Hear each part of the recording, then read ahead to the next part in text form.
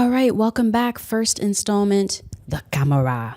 So I use a Sony FX3 to film all the vertical content that you usually see when I'm in my living room sitting like this. And I pair it with a Tamron 28-75 f2.8 lens. I got this lens forever ago. It's a power horse. It's such a great lens to use. Now, even though this lens is f2.8, when I'm actually filming these videos, I usually have the f-stop at like f5. Here's a hot take, maybe, I don't know. Don't get me wrong, I love shallow depth of field as much as the next person.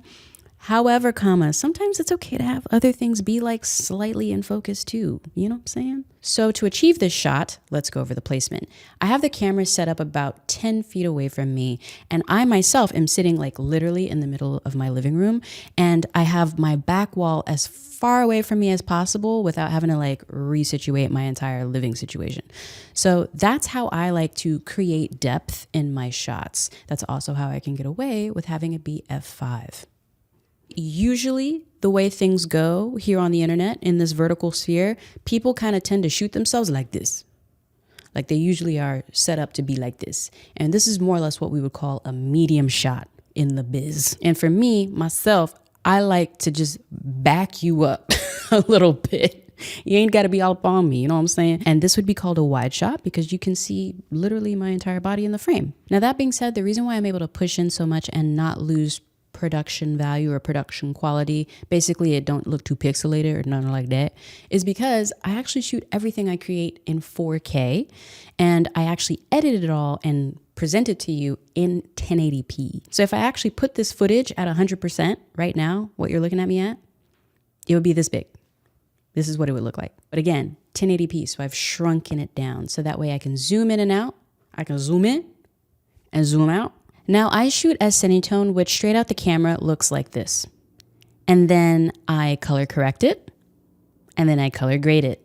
So that way you get this final image when you see me here on your phone. And I use this to get the colors exactly where I want. This is called a color picker. That's why you're always seeing me hold it up in the beginning of any series I'm creating on here. Basically, I'm just always very meta with my setup.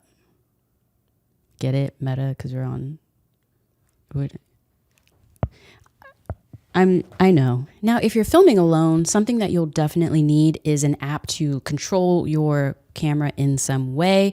I use two different apps to do that. The first being the Creator app, but another one that I love that costs a little bit of money, but I think is actually really worth it, is called Monitor Plus. Hey guys, I'm like looking at y'all, looking at me, looking at y'all, looking at me through my phone. This is wild technology. But I love this app because, as you can see, I can change everything. It has false color built in, which is amazeballs. If you're someone who's really always trying to make sure that everyone's skin tone looks amazing on whatever camera you're using, I love this app for this because, yeah, you can see exactly how everything is going with false color, which is so cool. Now, in this first video alone, I have covered quite a bit of stuff like whoa.